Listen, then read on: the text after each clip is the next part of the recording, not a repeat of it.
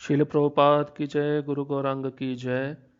श्रीमद् भागवतम स्कंद पहला अध्याय 7 श्लोक क्रमांक 23। त्वमाद्य पुरुषः साक्षात् ईश्वरः प्रकृते परः मायां वेदस्य चित्शक्त्या कैवल्य स्थित आत्मनि। अनुवाद। आप आदि भगवान हैं जिनका समस्त सृष्टियों में विस्तार है और आप भौतिक शक्ति से परे हैं।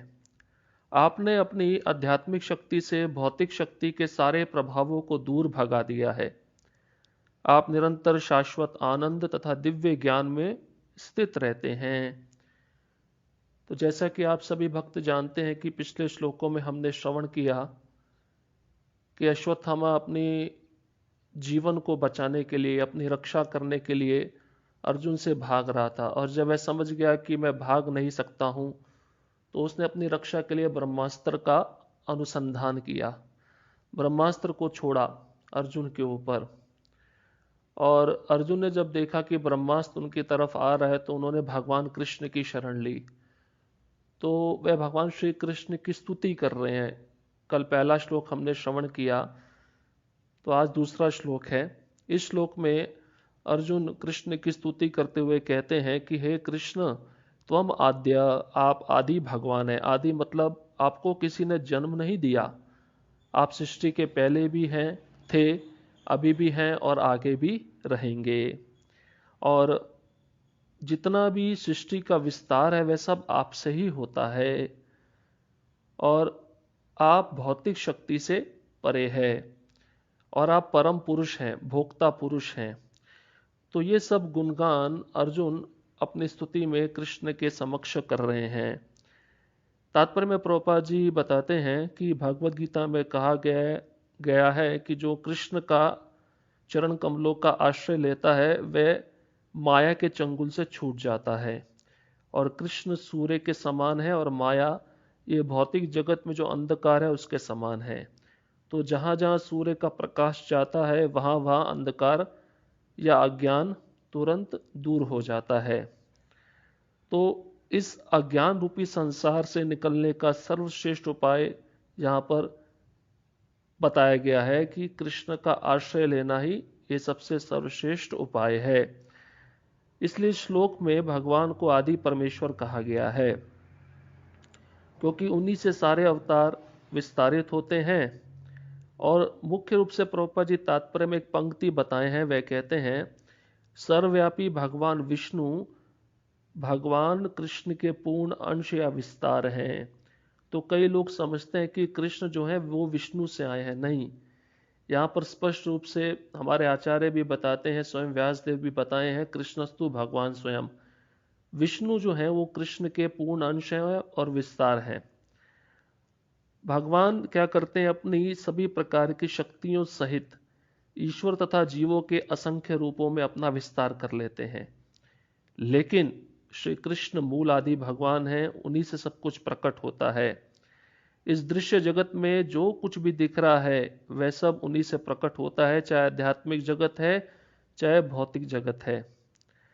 तो इस प्रकार से अर्जुन स्तुति कर रहे हैं भगवान की। वह आगे कहते हैं कि हे कृष्ण, आप केवल आनंद से परिपूर्ण हैं और आपके अंदर दिव्य विविधता से भी ओतप्रोत है। मतलब आपके अंदर अनेक प्रकार का विविधता है। जैसे हम इस संसार में अनेक प्रकार की सब्जियां बनाते हैं, एक ही सब्जी नहीं खा सकते रोज रोज, तो व्यक्ति बोर हो जाएगा, ऊब जाएगा, तो उसको विविधता चाहिए। ऐसे ही भगवान की सृष्टि में भी विविधता है, और इतनी विविधता है कि श्रीमती राधा रानी जैसे एक दिन कुछ पकवान बनाती है तो वह पकवान फिर 365 दिन नहीं बनता है, वो फिर अलग ही बनेगा, नया नित्य नया पकवान बनता रहता है भगवान के लिए। तो उनका आध्यात्मिक जगत पूरी विविधता से भरा हुआ है, और भगवान अपनी शक्तियों के द्वारा ही इस संसार का सर्जन, पालन और संहार करते हैं। श्लोक क्रमांक 24। सा एव जीवलोकस्य माया मोहित चेतसा विदत्से स्वेन वीरेण श्रेयो धर्मादिलक्षणम। अनुवाद। और यद्यपि आप भौतिक शक्ति माया के कार्य क्षेत्र से परे हैं, फिर भी आप बद्ध जीवों के परम कल्याण के लिए धर्म इत्यादि के 4 सिद्धांतों का पालन करते हैं। तो तात्पर्य में प्रभुपाद जी बताते हैं कि भगवान श्री कृष्ण अपनी अहेतु की कृपा से इस दृश्य जगत में प्रकृति के गुणों से अप्रभावित रहकर अवतरित होते हैं। तो भगवान जब आते हैं संसार में तो प्रकृति के 3 गुण उन पर प्रभाव नहीं डालते हैं। वह शाश्वत रूप से भौतिक जगत से परे हैं, क्योंकि वह माया के अधिपति हैं, माया के परमेश्वर हैं। वे अपनी अहेतु की कृपावश ही माया द्वारा मोहित पतित जीवों के उद्धार हेतु अवतरित होते हैं। ये जीव जो इस संसार में रह रहे हैं माया द्वारा दबोचे जाते हैं और झूठे बहानों के झांसे से उनका भोग करना चाहते हैं। तो माया जब जीव को दबोच लेती है तो जीव क्या करता है, अनेक प्रकार के विषय भोगों में लगकर अपने को तृप्त करना चाहता है। तो माया उसको वैसा प्रोत्साहन देती रहती है। तो इसी कारण से वह व्यक्ति इस संसार से निकल नहीं पाता। लेकिन सच्चाई यह है कि जीव भोग करने में असमर्थ है। वह भगवान का नित्य दास है, वह स्वामी नहीं है। और जब वह अपनी स्थिति को भूल जाता है तो वह भौतिक जगत का भोग करने का सोचता है, किंतु वास्तव में वह ब्रह्म में होता है। देखिए, जीव अगर अपनी वस्तु स्थिति को भूल जाएगा कि हम कृष्ण के नित्य दास हैं, तो तभी उसके मन में विचार आता है मैं इस जगत को भोगूं। और जब ये विचार उसके मन में आता है तो वह बहुत बड़े भ्रम में है। भ्रम मतलब बहुत बड़े संदेह में है, दुविधा में है। भगवान इसी झूठी भोग धारणा को नष्ट करने के लिए है और बद्ध जीवों का उद्धार करके उन्हें अपने धाम में ले जाने के लिए अवतरित होते हैं। श्लोक क्रमांक 25। तथायं चावतारस्ते भुवो भारजिहर्षया स्वानां चानन्य भावानां नुध्यानाय चास्कृत। अनुवाद: इस प्रकार आप संहार का भार हटाने तथा अपने मित्रों तथा विशेषकर आपके ध्यान में लीन रहने वाले आपके अनन्य भक्तों को लाभ पहुंचाने के लिए अवतरित होते हैं। अब यहाँ पे अर्जुन कारण बता रहे हैं कि भगवान क्यों प्रकट होते हैं। भगवान च अनन्य भावानाम, अपने अनन्य भक्तों को लाभ पहुंचाने के लिए अवतरित होते हैं। ये मुख्य कारण अर्जुन यहाँ पे बता रहे हैं भगवान के प्रकटीकरण का। तात्पर्य में प्रभुपाद जी बताते हैं ऐसा प्रतीत होता है कि भगवान अपने भक्तों का पक्षपात करते हैं। सभी जीव भगवान से संबंधित हैं, वे सबों के लिए समान हैं, फिर भी वे अपने जनों तथा भक्तों के प्रति विशेष अनुरक्त रहते हैं। भगवान सबों के पिता हैं। अब इसको कैसे समझ सकते हैं कि भगवान अपने भक्तों से प्रेम करते हैं। देखिए, एक पिता होगा तो अपने पुत्र से प्रेम करेगा नहीं करेगा, और जो पुत्र उसकी आज्ञा का पालन कर रहा है तो पिता तो उससे ज्यादा प्रेम करेगा। तो जो जीवात्माएं संसार में भगवान कृष्ण की भक्त हैं, उनकी आज्ञा का पालन कर रही हैं, तो भगवान तो विशेष रूप से उनसे प्रेम करेंगे। ऐसा नहीं है कि भगवान उन जीवों को प्रेम नहीं करते जो उनकी आज्ञा का पालन नहीं कर रहे हैं, उनको सब सुख सुविधा दे रहे हैं। जैसे वह पिता उस पुत्र का भी पालन करता है जो उसकी आज्ञा का पालन नहीं कर रहा है। ऐसा तो नहीं है कि उसको घर से बाहर निकाल देता है, नहीं, पक्षपात नहीं करते हैं, उनका दृष्टि समान रहता है। पर जो उनकी आज्ञा का पालन करता है उनसे विशेष प्रेम करते हैं। उनका पिता कोई नहीं हो सकता और ना कोई उनका पुत्र बन सकता है। प्रभुपाद जी तात्पर्य में बता रहे हैं भगवान का कोई पिता नहीं हो सकता और ना कोई उनका पुत्र बन सकता। उनके भक्त ही उनके इष्ट मित्र तथा उनके परिजन हैं, जो उनकी दिव्य लीला है। इसका संसारी संबंधों, पितृत्व तथा अन्य किसी से कोई प्रयोजन नहीं होता। तो इसको हम ऐसे समझ सकते हैं कि भगवान जब इस संसार में आते हैं तो भक्तों के साथ अपना संबंध जोड़ते हैं। जैसे पांडवों के साथ वह संधि दूत बन गए, उनके कुल में प्रकट हुए, उनसे इतना प्रेम किया। तो केवल मात्र अपने भक्तों के प्रति प्रेम को प्रकट करने का उनका प्रयोजन होता है, इसलिए वो इस रूप में आते हैं। और अपने भक्तों से तो प्रेम करते ही हैं, जैसे कि आपको पहले बता दिया है। श्लोक क्रमांक 26। किमिदं स्वित् कुतो वेति देव देव न वेद्यम् सर्वतो मुख मायाति तेज परम दारुणम। अनुवाद: हे देवादिदेव, चारों ओर फैलने वाला एक घातक तेज कैसा है? यह कहां से आ रहा है? मैं इसे समझ नहीं पा रहा हूं। अभी यहाँ पे अर्जुन कृष्ण को पूछते हैं कि जो इतना तेज मैं देख रहा हूं, चारों तरफ फैल रहा है, ये कहां से आ रहा है?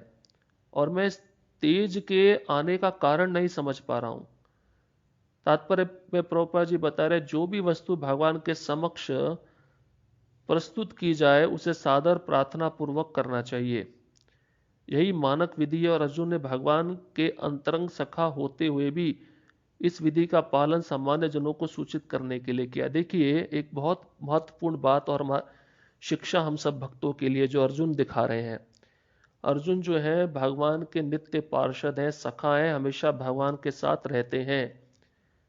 उनको सब विद्या भी पता है, ब्रह्मास्त्र को कैसे छोड़ना है और कैसे उसको वापस लेना है। उनको ये भी पता है तेज कहाँ से आ रहा है, फिर भी वो भगवान को पूछ रहे हैं। और अभी भगवान आज्ञा देंगे कि आप भी ब्रह्मास्त्र छोड़ो, उससे पहले वह भगवान की स्तुति किए। अभी आगे के श्लोकों में आएगा, वह भगवान की प्रदक्षिणा करेंगे, आचमन करेंगे, मंत्र का उच्चारण करेंगे, फिर ब्रह्मास्त्र छोड़ेंगे।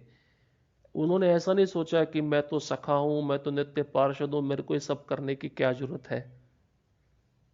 तो उन्होंने विधि पूर्वक सब चीजों का पालन किया। उसी प्रकार जब भक्त होते हैं ना, जैसे प्रसाद ग्रहण करना, उससे पहले मैं देखता हूं कि बहुत सारे भक्त महाप्रसादे गोविंदे बोलते ही नहीं है। यह अपराध है। हमारे आचार्यों ने जो विधि बताई है उसको प्रॉपर फॉलो करना चाहिए, उसको अपने जीवन में उतारना चाहिए और सब विधियों को करके ही हमें वो आगे का कार्य करना चाहिए। क्यों? क्योंकि वह विधि हमारी शुद्धिकरण के लिए है। भगवान के साथ अर्जुन है, अर्जुन उस विधि को ना भूलते हुए, अर्जुन ये भी तो कह सकता था ना कि मैं तो भगवान के साथ रहता हूँ, मुझे उनकी स्तुति करने की क्या जरूरत है, मुझे उनकी प्रदक्षिणा करने की क्या जरूरत है, मैं सीधा ही ब्रह्मास्त्र छोड़ता हूँ। नहीं। तो यहाँ पे तात्पर्य में प्रभुपाद जी वही बता रहे हैं कि ये विधि होती है जो अर्जुन ने भगवान के अंतरंग सखा होते हुए भी इस विधि का सामान्य रूप से पालन किया, दूसरों को सूचित करने के लिए। हालांकि उनको सब कुछ पता है, इसलिए हमारे आचार्य ने जो विधि विधान बताए हैं भक्ति में, क्रिया में, उसको गंभीरता पूर्वक पालन करना चाहिए, तभी हमारी प्रगति होगी। श्लोक क्रमांक 27। श्री भगवान उवाच वेत्थेदं द्रोणपुत्रस्य ब्राह्मणमस्त्रं प्रदर्शितं नैवासो वेद संहारं प्राणबाद उपस्थिते। अनुवाद: पूर्ण पुरुषोत्तम भगवान ने कहा, तुम मुझसे जान लो कि यह द्रोण के पुत्र का कार्य है।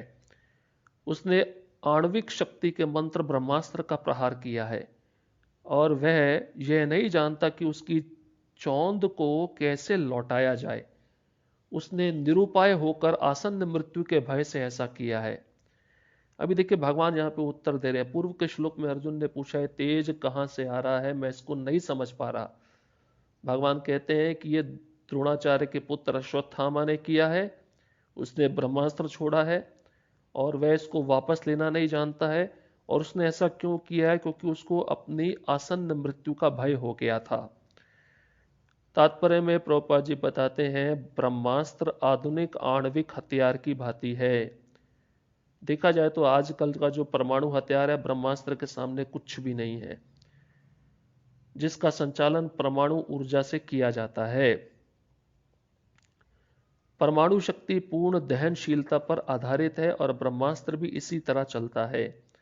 ऐसा बताया जाता है अगर आज दो देशों में परमाणु युद्ध हो जाता है तो एक परमाणु बम छोड़ने पर लगभग 4 से 5 करोड़ लोग मर जाएंगे। आप सोचिए।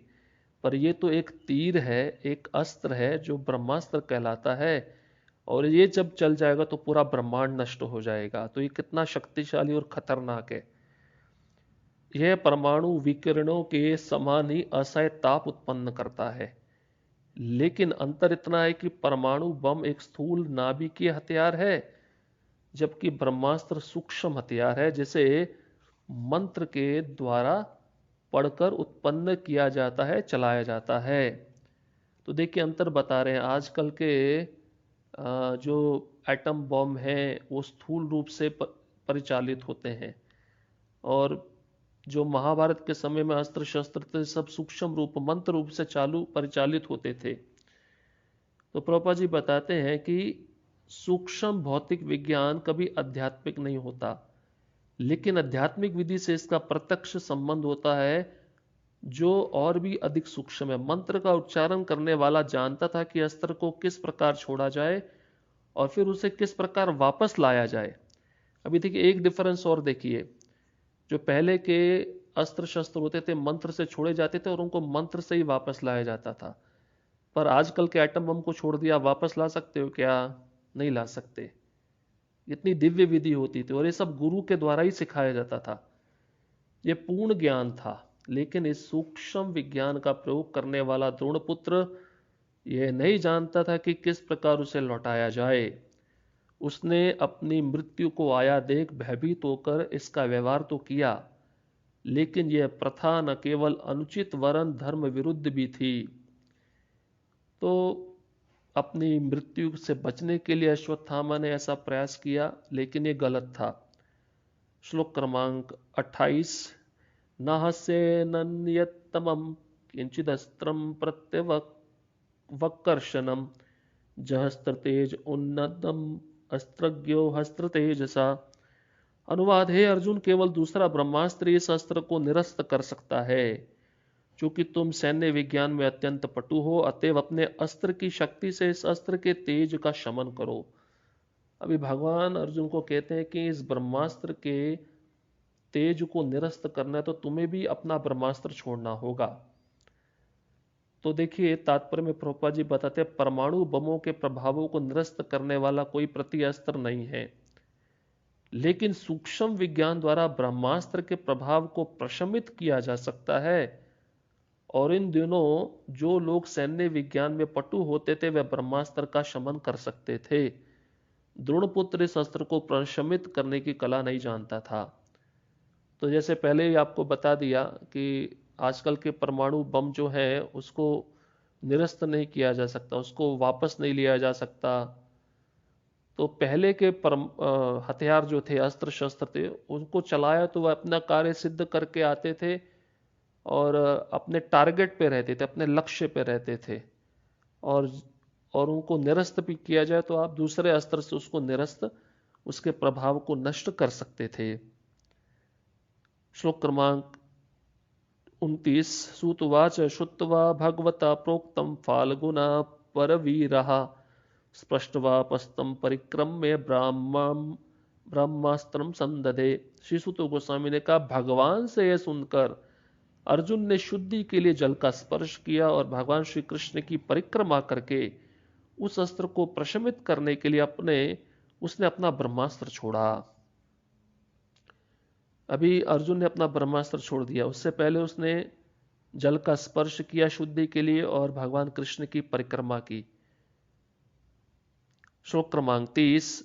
सहन्त्यान्योन्य मुभयोस्तेजसी शर संवृते आवृत्ते रोदसी खम च विवृधाते अर्क वहिवत।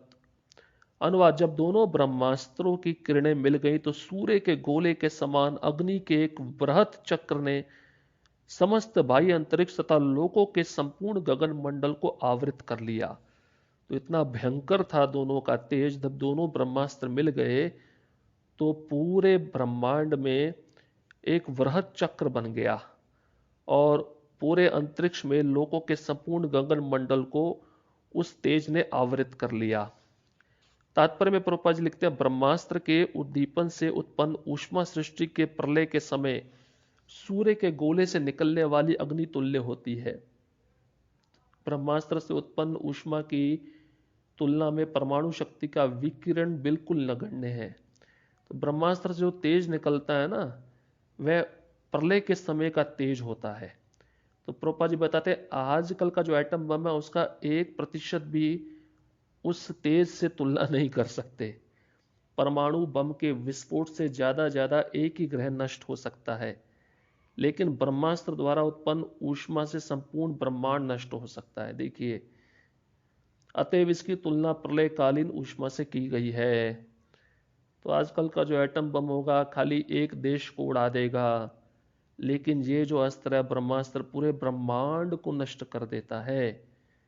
तो कितना भयावह और कितना भयंकर, किस किस तरह के अस्त्र शस्त्र हैं हमारी वेदों में, ऋचाओं में, संहिताओं में इनका उल्लेख है, और किन किन मंत्रों के द्वारा इसको चलाया जाता है। तो इस प्रकार से हम समझ सकते हैं कि इसके लिए बहुत निपुणता चाहिए, मंत्रों का उच्चारण ठीक से होना चाहिए, उसकी विधि ठीक से होनी चाहिए, वो व्यक्ति शुद्ध होना चाहिए, जो आजकल संभव नहीं है। हरे कृष्णा कृष्ण कृष्ण हरे हरे, हरे राम राम राम हरे हरे। शिल प्रभुपाद की जय, गुरु गौरांग की जय।